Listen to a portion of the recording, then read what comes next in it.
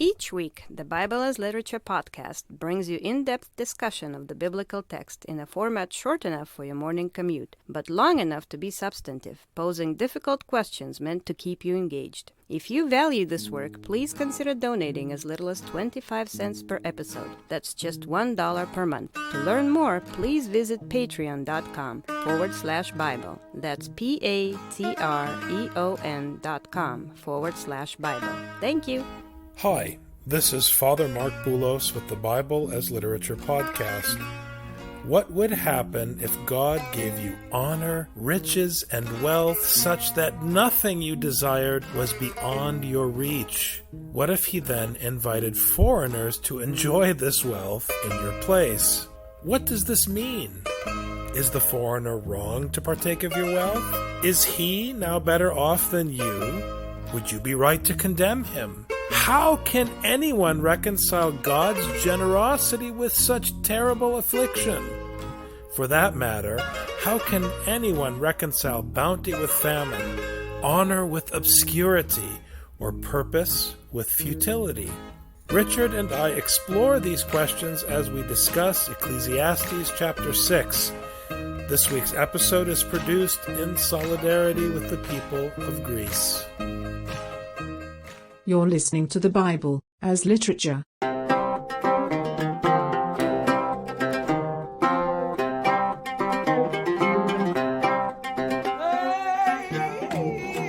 Hi, this is Father Mark Boulos. And this is Dr. Richard Benton. And you are listening to episode 76 of the Bible as Literature podcast. Before we begin, I just want to take a moment to say that we are dedicating this episode to the people of Greece. We are very concerned about what they are going through today. Whatever the politics are, I can't imagine a reality in which it's okay or morally justified to consign any civilization, any nation, any community to depression. It's our hope and prayer that the people of Greece will find their way through this and that their suffering will be abated as much as possible. This chapter that we're looking at in Ecclesiastes today, I think, brings into question the point of being poor, the point of having plenty when it all disappears in the end. Before the episode, you and I were talking, Father, boy, this is getting kind of repetitious. This is starting to sound like we're saying the same thing over and over again. The fact that the author of Ecclesiastes keeps bringing up the same ideas and the same themes over and over again, it's for the reader to continue to deal with and to continue to wrestle with. So the ideas that the author has, it's like he's running an experiment where he gets a certain presupposition and then pushes it to its logical extreme. And then he gets another idea, pushes it to its logical extreme, and keeps doing this time and time again, chapter after chapter. So I don't think this is repetitious. I think that it causes us to go deeper and deeper into these ideas. Well, and one would wish that the leaders and the rulers and those who control the banking industry in Western Europe, one would wish that they had read this text more closely, because so much of the tone of the discussion is about Greek hubris and about the righteousness of austerity and how convinced people with money are that people who may have mismanaged their money or who may have had some missteps or who may have stumbled into poverty for all sorts of different reasons, how wrong they must be. I mean, the fact that people, once again, are so self-righteous and so assured of their own rightness is born out of this false desire of the human being to resolve unresolvable tensions. Whatever the Greeks may have done wrong as a society, the fact is the people living in Greece had much less control over their fate than we would like to comfort ourselves that they did. But if you accept that fact, that you don't have as much control over your fate as you imagine, maybe you have no control, that's a very scary proposition for Western Europe, because that means that eventually the same thing could happen to them. So it's easier to comfort yourself and to attack your neighbor and reassure yourself that you're right and so therefore things will be fine for you than it is to face the abyss of uncertainty. But that abyss of uncertainty, which is the abyss that Ecclesiastes is pushing us toward, is the fountain of wisdom because it breeds humility instead of self-righteousness. Right, and that humility in facing one's death and the end of everything. You know, a lot of the discussion about economics is about how do you build up wealth. Whereas Ecclesiastes says whatever you build up, it's going to go on to the next generation, and who knows how they're going to use that. How do we know that in 100 years, all the wealth that's been built up in the EU isn't going to disappear in a war or disappear in a stock market crash or spent just on stupid things? For those of you who don't know, Richard actually was in Greece for 2 weeks, just these past 2 weeks, which is why the last 2 episodes were recorded at the same time under pressure and duress. So it's nice to have some time to talk today. But, you talked about the spirit and the attitude of the people in Thessaloniki versus Athens. Can you say something about that and how it relates to this text? Yeah, so when I was in Athens, the atmosphere seemed heavy. There were protests, and just in general, the demeanor of people was just heavy. And I went to Thessaloniki, and people were much friendlier. There are more people out. More people seem to be enjoying themselves. And I noticed this right off the bat, just leaving the airport, just leaving the train station in Thessaloniki. I was in a cab, and I asked the cab driver, I said, what's the difference? Why in Athens are things so heavy, whereas here in Thessaloniki, people seem lighter and seem like they're enjoying themselves? And he says, look, here we're closer to Mount Athos, and we believe in God, and that gives us hope. He said, in Athens, it's all about politics. It's all about money. My cab driver said, I don't watch the news on TV. I don't listen to the news. It's just people arguing with each other. If I want to know what's going on, I talk to people. And that's how I do things. So in Thessaloniki, there was this feeling of just like today, we believe in God. We don't know what's coming. We're going to enjoy our friends. We're going to talk to people. And really, that's all we have control over. And I think that that's an important thing in light of the text we're reading in Ecclesiastes. And may I remind everyone that the church in Thessaloniki was established by the hand of the Apostle Paul. We actually got to visit the Vlatadon monastery where, according to tradition, Paul gave his second address. There's something of the preacher's wisdom in that cab driver's attitude. Look, whatever is going to happen is going to happen. The point is, everything is in the palm of God's hand, and we have the fate that we're handed, and we live from day to day. And even in his comment about how he talks to other people instead of watching an electronic box to find out what's going on, he's finding everything in his neighbor. It's a very lovely story. Anyways, There is an evil which I have seen under the sun, and it is prevalent among men. A man to whom God has given riches and wealth and honor, so that his soul lacks nothing of all that he desires, yet God has not empowered him to eat from them, for a foreigner enjoys them.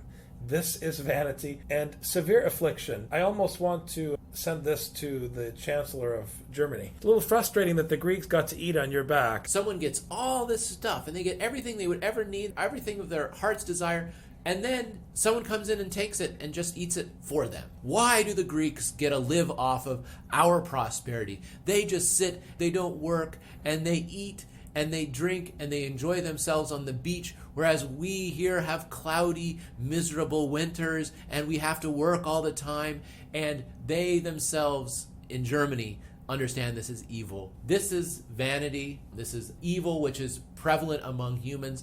Why do people work so hard to get all this stuff, and then foreigners come and then get to enjoy it? I mean, all the civilization that was built up in Asia Minor, the Greeks would remind us, the Turks came in and got to enjoy. Everyone wants to complain. Wait a second, this is my stuff. Right. How come they get to enjoy it? Every single discussion about immigration, this is exactly the point, and it's, according to the author here, vanity. If a man fathers 100 children and lives many years, however many they be, but his soul is not satisfied with good things, and he does not even have a proper burial, then I say, better the miscarriage than he. For it comes in futility and goes into obscurity, and its name is covered in obscurity. Here, he has all the children, all the kids around him. He lives so many years, but he doesn't have enough things, and he can't even be buried. He's poor. He's destitute. He's got nothing. It's better if he was just never born. Yeah, he's born. He's got all these good things, but he can't even enjoy his life. So better he would die before he was even born, and that way he wouldn't have to worry about it, because it all comes in futility. It comes with no point, and he goes into obscurity. Everybody forgets it. So the little good that he had is just going to be gone anyway. So if he comes in, has all this stuff that he can't enjoy, why does he just not be born? That would be better than having to live through that It is futility. Such a difficult text to hear. It is so painful. It is pushing you to the limits of the contradiction that is inherent to the human condition. Why should I do a good work when it doesn't matter anyways? It doesn't pay off. It can't pay off. But you should do a good work because you're here and there's a need. But why? I mean, there's this tension of why that's just not, it can't be reconciled. I think what happens is that people want religion, they want wisdom to reconcile the contradictions in their life. But real wisdom does not reconcile contradictions. It exposes them and pushes them. And I think the sharper the contradictions become inside your mind, and the more you struggle with those contradictions, the more fruit it bears for wisdom. This is the problem with ideology. It reduces everything to a binary 0 or a binary 1. In other words, what fundamentalism or political ideology does is, instead of knowledge being wrapped around an arch, it tries to wrap it over a pyramid. An arch holds both ends together, right? And it bends. It's somehow trying to reconcile both endpoints. But with ideology and fundamentalism, it's more like a triangle, and you come up to the tip and you have to fall on one or the other side. But once you fall on one or the other side, you are doomed to self-righteousness. Because the lie of binary wisdom is that it allows you to put someone else in a different camp. And I'll give you an example. Every time I preach and I say something controversial, people who have been trained in theology try to pin me down and say, oh, you're like this theologian, or oh, you're like this philosopher, or oh, you're saying what this person said. Because by categorizing you, they can escape the tension that is inherent in what you're preaching. Because they can say, oh, he's in this camp. Oh, well, now that I know what he is, I can sit back on my side of the triangle and feel fine. Ecclesiastes is not allowing you to sharpen the edge of that arc between contradictions. It makes it really uncomfortable. I mean, this verse, it reminds me of, when people see a poor person on the side of the road, who's obviously drunk or something, it's like, I'm not going to give them my hard-earned money. And here it wouldn't even say hard-earned money, it would say God-given money. Why would I give my God-given money to somebody else? It's here for me to enjoy. And this is what it's trying to undermine. Because on the one hand, it says, well, yeah, it was given to you to enjoy. If it was given to you to enjoy and you don't enjoy it, then it's vanity. Why bother giving it to you? It, he says, and I believe the it here refers to obscurity, it never sees the sun and it never knows anything. It is better off than he. What a statement. That obscurity is in better shape than you are at the end of the day. Even if the other man lives 1,000 years twice, that's kind of a Middle Eastern way of talking. Happy birthday. Congratulations. No. 1,000 congratulations. No, 1,000,000 congratulations. That's, how the Arabic language and it's works. not even enough. 1,000 years twice. Exactly. 1,000 years twice. And does not enjoy good things, do not all go to one place. That's the Boot Hill phrase. That always reminds me of that famous scene in The Magnificent Seven where Steve McQueen and Yul Brynner decide to escort somebody to Boot Hill, and everyone's upset because he's not white. And the attitude is, I never knew Boot Hill was exclusive. I mean, what's the big deal? Anyways. Here, again, it's if you're going to get stuff, you should be able to enjoy it. But right. Look, time and time again, we have people who don't enjoy it. Why do I have to pay my taxes? So that some lowlife can have an easy life? I got my money. It's mine. Who's wiser, the Germans or the Greeks? All a man's labor is for his mouth, and yet the appetite is not satisfied. So the Germans are working hard and saving. To what end? For what advantage does the wise man have over the fool? What advantage does the poor man have knowing how to walk before the living? Who says the German is right and the Greek is wrong? And who said that the Greek got the better end of the deal? The whole discussion is framed incorrectly. To me, that's why for the scriptural person, the question isn't who's right and who's wrong. It's what is our duty towards those who are suffering, irrespective of their mistakes or shortcomings. How can you consign an entire nation to depression on the basis of the belief that you're right? I mean, Americans don't think about it. The Greek government spends $44,000 per person in debt. That's how the national debt in Greek is measured against a population of 11 million something. In the U.S., we have $45,000 per person in debt. What's the difference between a Greek and an American? Are we better than them? Are we smarter than them? I think that that's a really arrogant but widely held assumption. that is fueling the abuse of an entire nation. And to me, the situation in Greece is symbolic, because here we see openly and actively the wealthy nations propping themselves up on the back of somebody else. Greek suffering is a worthy sacrifice to maintain Europe's lifestyle. That's the basic point they're making. Here, God may give you all this good stuff, but either way, you're going to die, either with enough or without enough. And so the distinction between the person who has enough and who does not have enough, it's really irrelevant. Correct. And that's the beautiful thing of this book that is repetitious, is that all the differences we as human beings paint, death erases them. Because, like you said, Boot Hill is not exclusive. And so a man's labor is for his mouth, the appetite is not satisfied. Whatever hard work we do, we're always going to be hungry for more. And whatever advantage does a wise man have over the fool, what advantage does a poor man have knowing how to walk before the living? Well, here it is. What the eyes see is better than what the soul desires. This too is futility and a striving after wind. The eyes see What's right in front of you is better because what the soul desires is always unlimited, it's infinite, and it's unattainable. You're desiring eternity. And here, this concept calls to mind Genesis for me. Your heart is set on eternity, as the preacher said in an earlier chapter. But eternity is not your domain. So you lust after divinity. But lusting after divinity is folly. It's what God has set right in front of your eyes that counts. As my father used to always say, Mark, open your eyes. What's right in front of you?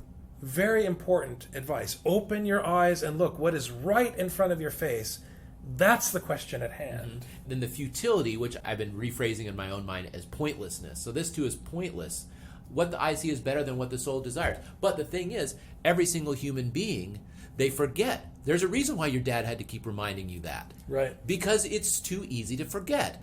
Our desires trump what our eyes see. Absolutely. And what we imagine trumps what's actually happening. Whatever exists has already been named, and it is known what man is, for he cannot dispute with him who is stronger than he is. And this calls to mind a very famous Chinese proverb: if you kick the world will kick you back. You know, what are you arguing with? How can the Greeks argue with the Germans? The Germans have the upper hand. What exists, exists. What human beings are is what human beings are. You can't argue with the one who's stronger than you. Okay, so there's someone who's richer than you. Okay, what are you going to do? And in this way, this is the amazing thing, is that it undermines both the rich and the poor. Because here it's undermining the poor. You can't argue with one who's stronger than you. Oh, sure, your desire is much stronger than what you actually have. But that's how it goes. This is futility. You cannot argue with those who have authority over you. You cannot argue with fate. It's not about authority ultimately. It's about the authority of fate. Again, I call to mind the conversation between Jesus and Pontius Pilate. It's plain as day. And I want all of our American friends to listen carefully. That abusive father that you all daydream about, Pontius Pilate is it. And Jesus bowed down to him. There's something going on here, because the strength comes from submission. Gandhi proved it, MLK proved it, and we still fight it as Americans. Now, plenty of people before them demonstrated it, but I'm calling out symbols that resonate with Americans. You idolize people who did the very thing you reject. Why are you fighting what God has established right before your eyes? And I think bringing up the example of Jesus versus Pontius Pilate is very good because of the poor versus the weak. Jesus did not desire in his heart the power that Pontius Pilate had, which he could have. He said, I could bring down angels, and he could possess his power. But instead, he accepted, okay, you've got power, I don't. And what happened to both Jesus and to Pontius Pilate? They both died. They both went to the same place. They both went to the same place and to the same grave. And God grabbed Jesus by the back of the neck and stood him up. But no one saw it, except the select few who wrote about it. Because the fact that you can't see the resurrection pushes the same question that Ecclesiastes is pushing. Because if you can see the resurrection, you can resolve those tensions. You can reconcile those contradictions, and then you can find yourself on the right side of history, as people are wont to say. But in Scripture, no one is on the right side of history. In Scripture, everyone is forced to look upon the one whom they have pierced. If you go beyond that, then the Germans are right. Let's smash the Greeks because we're right and they're wrong. This triumphalism is the deepest sin of human arrogance. For there are many words which increase futility. What then is the advantage to a man? There's a lot of ways of explaining things and talking about things and discussing and theologizing about them, but what's the advantage? For who knows what is good for a man during his lifetime? During the few years of his futile life, he will spend them like a shadow, for who can tell a man what will be after him under the sun? So look, in the end, the difference between the rich and the poor, the powerful and the weak, the one whom God gave everything, the one whom God gave some things but he wasn't able to enjoy them, the rich person who wasn't able to enjoy his riches. In the end, he only has a few years anyway. He's going to spend them like a shadow and he will die. Just like Pontius Pilate, who had all the power and strength that he could desire, he still ended in death, and he is only a shadow. Here, at the end of chapter 6, I think you have at the same time, without resolving the tension in the text, you have this reminder of the epilogue of this change in voice at the end of the book in chapter 12. You have a hint of that because all throughout the text you're exploring futility, yet God is acting. God is the one who's giving and taking away. You don't know why he's doing it, and from your perspective as the preacher, it seems like futility and vanity and is infuriating and leads you to even suggest that maybe life is futile itself and I shouldn't have been born. But at the same time, he poses the question, and I think it's an important question, who can tell man what will be after him under the sun? Man is lusting for that eternal perspective, but he can't grasp it. But yet the one who is acting in the text, the only actor, that's the funny thing, the only actor in Ecclesiastes is God. The one who is acting is the one who can tell what comes after man. So, again, that's not a cheap resolution of the tension, because I don't think that's what the text is doing. But I think it's part of this tension. How, on the one hand, can the preacher talk about God and about wisdom and about God having this post-apocalyptic perspective? That's our terminology, not the text terminology. And at the same time, struggle with the absolute futility of everything. This is what, if I may, this is what true religion is. True religion is not answers. True religion is wisdom stemming from questions. And the answers that Scripture give are not philosophical answers. They are fatherly and motherly answers. Do this, and it shall be well with you. Thanks very much, Richard, for a great session today. Thank you very much, Father. Welcome back from Greece. It's good to be back. As your mother said, you timed the trip perfectly. You got out of Greece just before they shut down the cash machines. Exactly, perfectly. Take care. Thank you. Σε γνωρίζω από την κόψη του σπαθιού την τρομερή. Σε γνωρίζω από την όψη που με διαμετράει τη γη.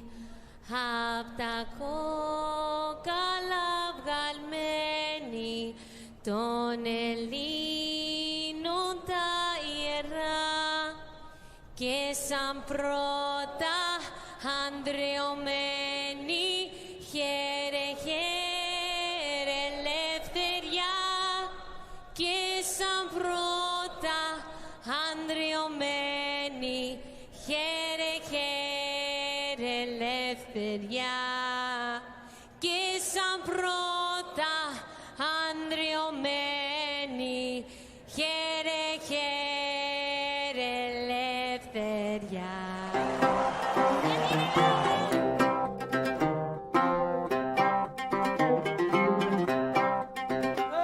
You've just heard the Bible as literature. Thanks for listening. The Bible as Literature is a production of the Ephesus School Network.